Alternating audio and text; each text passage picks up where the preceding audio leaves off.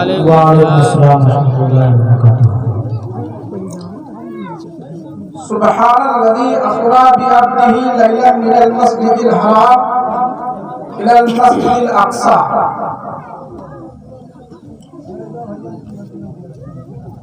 حضرات، میں نے ڈائریکٹ آیت کریمہ اس لیے پڑھ دی کہ حمد الہی ہوتا ہے، اس کے بعد نعت مصطفیٰ ہوتی ہے، اس کے بعد آیت مبارکہ پڑھی جاتی ہے، لیکن مجھے صرف 10 منٹ کا وقت ملا ہے اور ہم کیا پوری کائنات کرتی ہے۔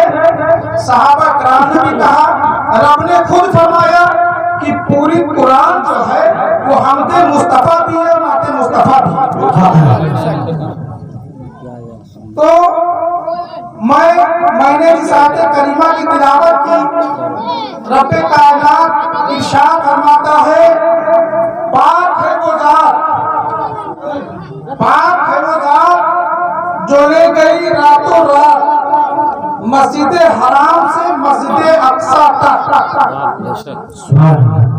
پہلے یہ بات سن لے، ہم لوگ مسلمان ہیں اور سنی ہیں الحمدللہ، امام احمد رضا خان فاضل بریلوی کے ماننے والے ہیں۔ تو مسجد حرام سے اور مسجد اقصیٰ تک جو معراج میرے آقا صلی اللہ علیہ وسلم کی ثابت ہے، وہ نص قطعی سے ثابت ہے۔ جس کا انکار کرنے والا کافر ہے۔ کیا ہے؟ کافر ہے۔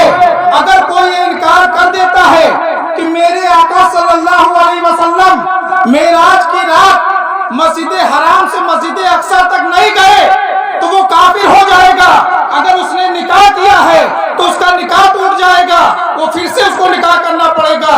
آپ پھر آگے سنتے ہیں، میرے آقا صلی اللہ علیہ وسلم مسجد اقصیٰ تک گئے، نص قطعی سے ثابت ہے۔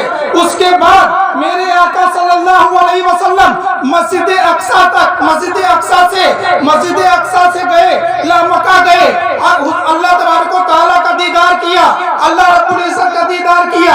یہ کس سے ثابت ہے؟ تو سنو، یہ حدیث مشہور سے ثابت ہے، اتنی حدیثوں سے ثابت ہے، اتنی روایتوں سے ثابت ہے کہ وہ حدیثیں مشہور تک پہنچ گئی ہے، وہ حدیثیں مشہور ہو گئی ہیں۔ تو اسی لیے اس کا انکار کرنے والا کہ مسجد اقصیٰ سے مکہ کے سفر کا انکار کرنے والا گمراہ کہا جائے گا، اسے توبہ کرنی پڑے گی۔ یہ میرے آقا صلی اللہ علیہ وسلم کے معراج کے انکار کرنے کے بارے میں ہے۔ اب سنیں، آخر میرے آقا صلی اللہ علیہ وسلم کو اللہ رب العزت نے معراج کیوں کرایا؟ معراج پر میرے آقا صلی اللہ علیہ وسلم کیوں تشریف لے گئے اور رب سے ملاقات کی؟ تو رب کا دیدار جو ہے یہ تو بہت بڑی نعمت ہے، لیکن اگر غور کریں، اب معراج پر میرے آقا گئے، رب سے بات ہوئی، گفتگو ہوئی، کیا ہوئی؟ رب اور اس کے رسول کے سوا کوئی نہیں جانتا۔ کیا راز کی بات ہوئی؟ رب اور اس کے رسول کے سوا کوئی نہیں جانتا۔ لیکن سنو، دماغ یہ کہتا ہے، فلسفہ یہ کہتا ہے معراج کا کہ ایک وجہ یہ بھی ہو سکتی ہے کہ میرے آقا صلی اللہ علیہ وسلم معراج پر تشریف لے گئے، معراج کو گئے تو ہم گنہگاروں کے لیے گئے، اس لیے میں آپ کو ایک دنیاوی مثال سمجھاتا ہوں۔ ایک وکیل جب کسی جج سے ملاقات کرنے کے لیے جاتا ہے تو اپنے موکل کے لیے جاتا ہے، جو مجرم ہوتا ہے، جس نے گناہ کیا ہوتا ہے، تو وہ اپنا جو ہے وہ پیش کرتا ہے وکیل کے پاس کہ میری سفارش کروا دیجئے، میرا ایسا معاملہ ہے۔ تو ایک وکیل جو ہے اپنے موکل کے لیے جج سے ملاقات کرتا ہے۔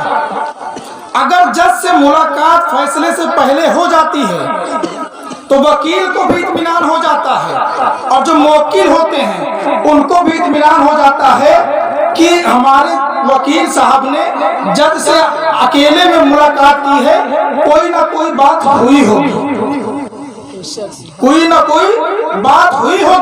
اور کوئی نہ کوئی حل نکلا ضرور ہوگا. تو یہ دنیاوی مثال ہے. تو میں اب آپ کو ادھر بتا دوں, ہم لوگ ہیں گنہگار, حضور صلی اللہ علیہ وسلم کی امت میں ہیں اور ہم لوگ گنہگار ہیں. اس لیے میرے آقا صلی اللہ علیہ وسلم رب سے ملاقات کرنے کے لیے گئے. جب وہاں سے واپس آئے اور ہم لوگوں تک یہ بات پہنچی کہ اللہ تبارک و تعالیٰ سے حضور صلی اللہ علیہ وسلم نے ملاقات کی ہے, تو ہم لوگوں کے لیے اور ایک بڑی خوشخبری ہو گئی کہ میرے آقا صلی اللہ علیہ وسلم نے جب اللہ سے ملاقات کی ہے, اللہ سے بات کی ہے, تو میرے آقا صلی اللہ علیہ وسلم ایسے آقا ہیں جب سجدے میں بھی امتیوں کو یاد کیا کرتے ہیں, تو رب سے ملاقات میں امتی کو کیسے بھول جائیں گے. تو ضرور جو ہے ہم لوگوں کے لیے بات کی ہوگی, اور اگر آقا میرے صلی اللہ علیہ وسلم نے جب ضرور ہم لوگوں کے لیے بات کی ہوگی تو میدان محشر میں ہم لوگوں کو گھبرانے کی ضرورت نہیں ہے, ہم لوگوں کو خوف کھانے کی ضرورت نہیں ہے. اس لیے کہ میرے آقا صلی اللہ علیہ وسلم نے معراج کی رات ہی میں اللہ تبارک و تعالیٰ سے ملاقات کر لی ہے اور ہم گنہگاروں کی سفارش کے لیے بات کر دی ہے. تو آپ حضور کے امتیوں, آقا صلی اللہ علیہ وسلم کی امتیوں, سنو, گھبرانے کی بات نہیں ہے. اور معراج مصطفیٰ صلی اللہ علیہ وسلم خوب خوشی کے ساتھ مناؤ, کسی کے بہکاوے میں نہ آؤ. اس لیے کہ میرے آقا صلی اللہ علیہ وسلم اگر دنیا میں نہ آتے تو رب فرماتا ہے کہ اے محبوب, اگر آپ کو پیدا کرنا مقصود نہ ہوتا تو میں اپنی ربوبیت ظاہر نہ فرماتا, میں یہ بھی نہ بتاتا کہ میں خدا ہوں, میں خالق ہوں, میں رب ہوں, میں کسی شے کو دنیا میں پیدا ہی نہ کرتا. اے محبوب, اگر آپ کو پیدا کرنا نہ ہوتا.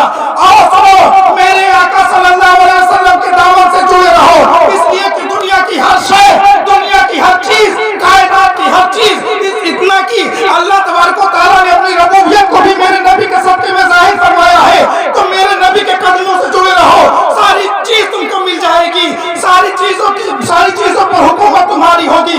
اس لیے کہ جنوں کو بھی یہ مرتبہ ملا ہے کہ کوئی مقام صحابیت پر فائز ہے, کوئی مقام غوثیت پر فائز ہے, کوئی مقام ولایت پر فائز ہے, کوئی مقام قطبیت پر فائز ہے, یہ سب میرے آقا صلی اللہ علیہ وسلم کی دین ہے.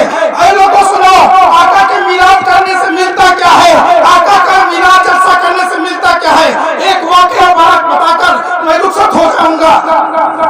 حضرت ابو ہریرہ رضی اللہ تعالیٰ عنہ کی بارگاہ میں پہنچتے ہیں. حضرت ابو ہریرہ رضی اللہ تعالیٰ عنہ سے ہم لوگ سوال کرتے ہیں, اے ابو ہریرہ, تم نبی کے پاس اتنے دن رہے, تم کو نبی سے کیا ملا, تم کو نبی سے کیا ملا, نبی کے پاس اتنے دن رہے. حضرت ابو ہریرہ رضی اللہ تعالیٰ عنہ بہت ہی بڑے جلیل القدر صحابی رسول ہیں, اور نبی کے بعد سب سے بڑا مرتبہ صحابی کا ہوتا ہے.